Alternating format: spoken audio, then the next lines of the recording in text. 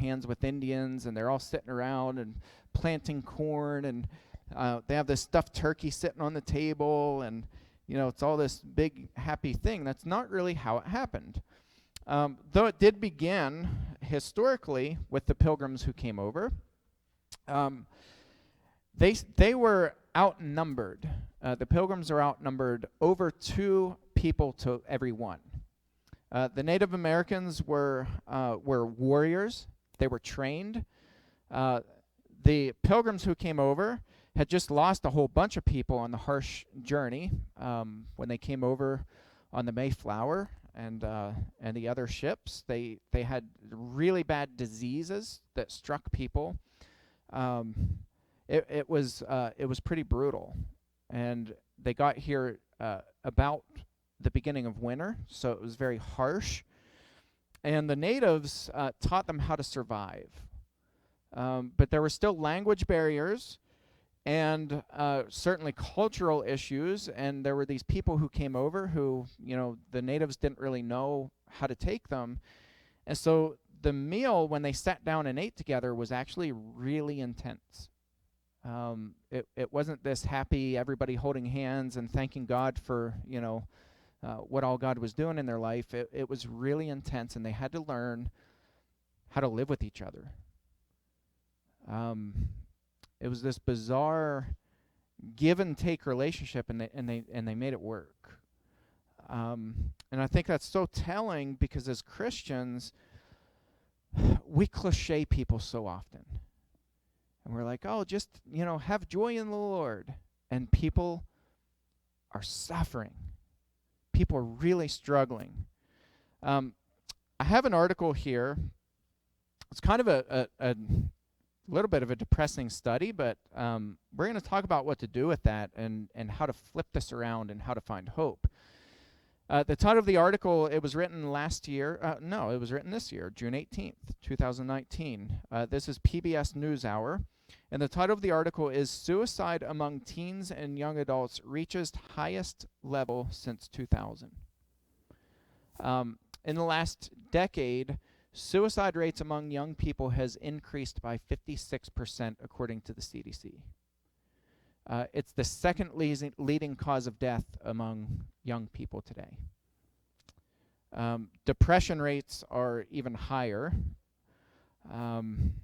and it doesn't look good. I'm going to read some of this article, some things that really stuck out to me.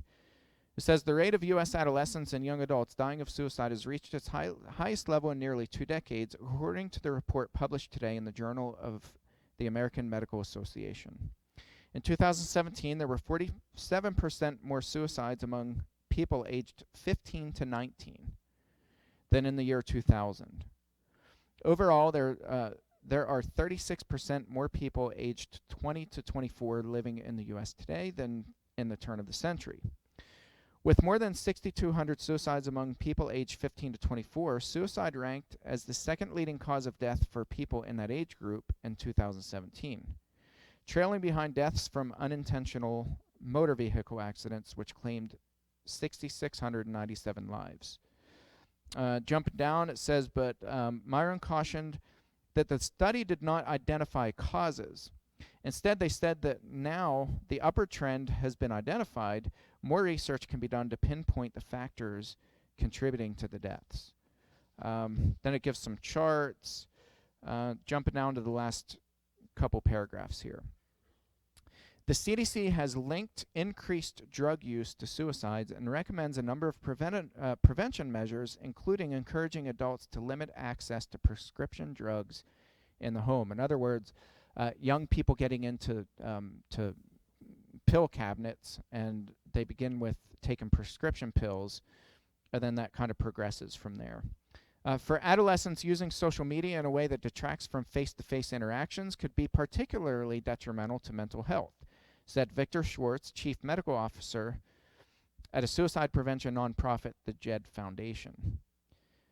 So they're linking it to this notion that people aren't having face-to-face conversation anymore. And online, if you've ever been online in the last 5 minutes, you'll learn that people are less than happy there. They're less than nice. People are pretty cruel on the internet because they hide behind anonymity. And so teens who need social interaction are not getting it because they're online, so they're not getting a lot of face-to-face time, and they're getting bullied online. And they're reading negative comments, and they're not just reading negative comments from peers, they're reading negative comments from who? Us. The grown-ups, the adults.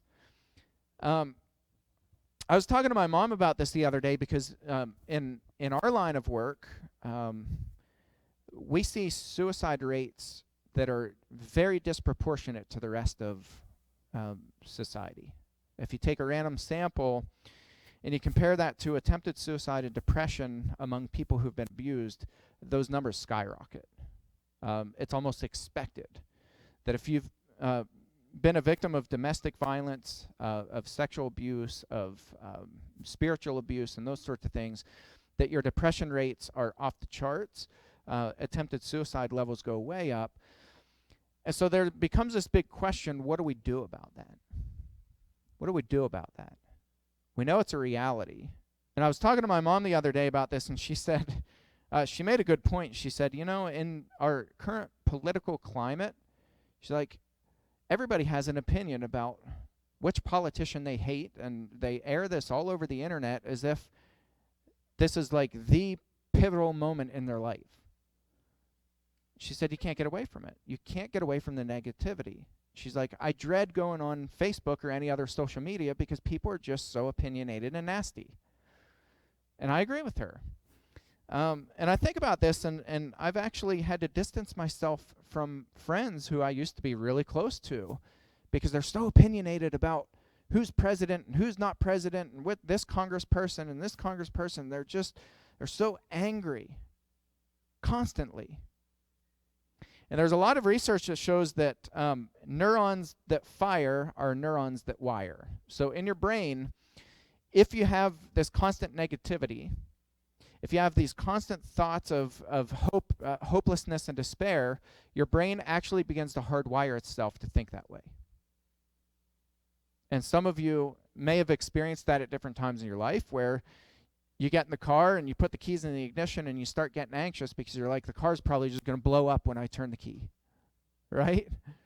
Or I'm going to go down the road and the wheel's going to fall off, which actually happened to one of my friends last week. My friend Sean Doherty was on his way to Harrisburg, and his wheel fell off of his car going 75 miles an hour down the turnpike. So it does happen, but not often. But, right, sometimes we think that way. We're like, oh, my goodness, I'm going to get into a crash. Or you get on a plane. Oh, my goodness, the plane is going to crash. You wire your brain to think that way. You're constantly thinking of hopelessness and despair everywhere you go. Your brain literally rewires its way, the way that it thinks, if those are the neurons that are firing all the time. So if you're around negative people, and you constantly hear negativity, your brain literally processes everything through that lens. And it's not like you can just turn it off. Your brain hardwires itself to think that way. And the reverse is true as well. If you're constantly around positive people, if you're around people who instill hope, your brain begins to wire itself that way. So this is not like a naive thing, and that's kind of the irony in this. You're not a person who thinks that, everything's going to turn to roses. You just start to think of different scenarios and different options. And so if your wheel does fall off, and you're wired that way, you're able to think through it, and you're able to process and think, okay, well, my wheel fell off. Well, now what do I do? How do I work the problem out? And so it's kind of interesting. We learn to rewire ourselves to think through and process different scenarios, which makes us what? Happier. And so there's this level where we have people who are genuinely suffering, people whose brains have genuinely been rewired, and ironically, what do we prescribe them? Synthetic medicines. We try to alter that brain chemistry through synthetic medicines instead of rewiring people the way that God designed us to by positivity and by by diet and exercise. God designed us that way. And so I want to both acknowledge that there genuinely, legitimately are people who are suffering right now. They're suffering with depression. They're suffering with chronic anxiety, panic disorders, insomnia, all kinds of issues. And that's legitimate. They're not making that up. They're not faking it. People are really genuinely suffering with that. My point is this, that we can't just tell people to be happier. You can't just say, well, just be happier. Just put more faith in God. Because guess what? It doesn't work. And so I want to read Psalm chapter 100 because Psalm 100 is in a bigger context, right? Psalm 100 is about giving thanksgiving to God. It's about being a person who gives thanks. It's about rewiring the way you think and the way you process. It's about smiling and being a person that that's a dork, right? We're afraid to be dorks around people. And we're so serious all the time. And seriousness turns to negativity. Are you laughing at me? I think my son is laughing at me. No, you're laughing at somebody else. A psalm for thanksgiving, a psalm for giving thanks. Psalm 100.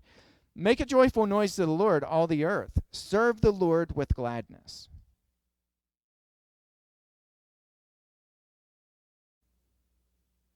How many Christians do you see who are like, how are you doing?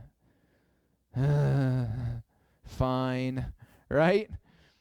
This psalm says, enter his gates with thanksgiving. Serve with gladness. Come into his presence with singing. Know that the Lord, he is God. It is his. We are the sheep. We are the people, his people, and the sheep of his pasture. Okay, we belong to God. Not anybody else. It doesn't matter what anybody else thinks about us. We belong to God. We're his. We are fearfully and wonderfully made by God. Enter his gates with thanksgiving and his courts with praise. Give thanks to him. Bless his name. I put this picture up of this gate. This is a gate to a sheep pen. Kind of interesting. And a lot of people think that David, when he wrote this psalm, meant to enter God's gates both to the temple and to God's pasture with thanksgiving. So it has a literal connotation, but it also has a metaphorical connotation. And in context, he says, enter his gates with thanksgiving and his courts with praise. Give thanks to him, bless his name, because we're his people. We're the sheep of his pasture. What does Jesus say in John chapter 10? When Jesus says, I'm the good shepherd, what does the good shepherd do? He lays down at the gate. He lays across the gate and he does what? He keeps the sheep in this little confinement for the rest of their lives? No. What's he doing laying down at the gate? He's keeping the wolves out. He's keeping the wolves from entering into this gate and getting into the sheep pasture and killing the sheep off. That's what a good shepherd does. And so Jesus says the good shepherd lays down his life for his sheep. He protects them. He gives them peace. He gives them calm. He protects them and shelters them from people who seek to devour and destroy. He finds the wolves and he removes them. He picks them up by their scruff of their neck and he removes them, puts them out the gate, and he lays down at the gate so that no other wolves can come in. Enter his gates with thanksgiving and his courts with praise. Give thanks to him, bless his name, for the Lord is good. His steadfast love endures forever, and his faithfulness to all generations. Now this is in context, because a lot of people stop with Psalm 100, and they're like, see, you just need to be happier. You just need to give God thanks, and your life will all come together, and everything will be good. I don't think that's what the scriptures are teaching, and I think this has to be in context, because remember what God's foundation is? I hammer this all the time. What's God's foundation? Righteousness and what? Justice. I didn't put it up on the slide. I'm going to read it to you. Psalm 100. Psalm 100 flows into Psalm 101. I will sing of steadfast love and justice. It's interesting. To you, O Lord, I will make music. I will ponder the way that is blameless. Oh, when will we come to me? I will walk with integrity of heart within my house. I will not set before my eyes anything that is worthless. I hate the work of those who fall away. It shall not cling to me. A perverse heart shall be far from me. I will know nothing of evil. Whoever slanders his neighbor secretly, I will destroy. That's good news for somebody who's being hurt and abused and harassed and stalked. For people who are being destroyed, David's vowing both righteousness, and he's saying because we're created in God's image, we're going to be protectors of each other. We're going to be protectors of the innocent. We're going to allow the sheep to actually find pasture and be able to eat their food without having to look up over their shoulder wondering who's going to come and swipe them away and destroy them. See, it's not just about giving God thanks so then everything works itself out. It's about living in righteousness and holiness. It's about offering hope to people through executing justice. Verse 6, I will look with favor on the faithful in the land, that they may dwell with me. He who walks in the way that is blameless shall minister to me. No one who practices deceit shall dwell in my house. No one who utters lies shall continue before my eyes. Morning by morning I will destroy all the wicked in the land, cutting off the evildoers from the city of the Lord. You don't hear that very often, do you? We hear, oh, just let God into your heart and you'll be happy. The problem is that's not biblical. The biblical picture is that we help people rewire their brains to find hope and to see hope by executing justice, by protecting them, by being protectors and peacemakers, by keeping people away and holding people accountable who seek to destroy and tear people down. We teach our kids from a young age that you have value, that it's never okay for somebody to come in and to bully you. It's never okay for somebody to take things from you that don't belong to you. It's never okay for people to talk down to you and belittle you and make you feel anything less than worthy. That's never okay. Our kids know that, and they're taught that. And I wonder how differently the world would look if we stopped taking to Facebook and, complained about political candidates who you're never going to meet anyway in your life. And we started offering hope, and we started vowing to protect people, vowing to stand up for people, vowing to step in and shield people from people who are nasty and mean and wicked and evil and ugly and spiteful. If we stepped in and actually protected people and publicly let them know that we're going to stand beside you, we're going to protect you, we're going to shield you from people like that, we're going to destroy them, in David's words. Can you imagine? Can you imagine how much fear and anxiety and how much weight just sheds off of people if they felt genuinely protected?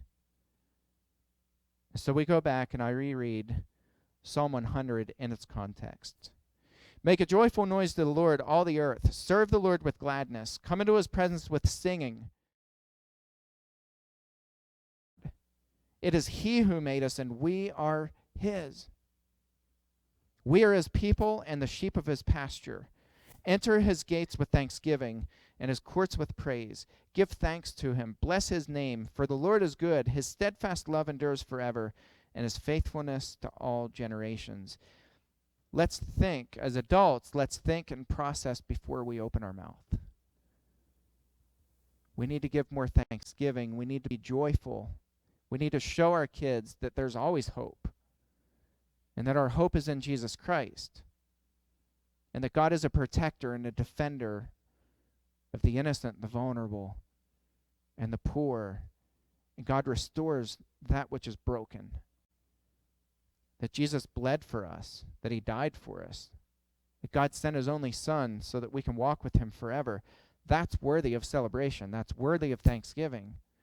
Doesn't mean that all the problems in our life are going to melt away and just cease to exist. They're going to be there, but we're going to be wired to think through those problems and to process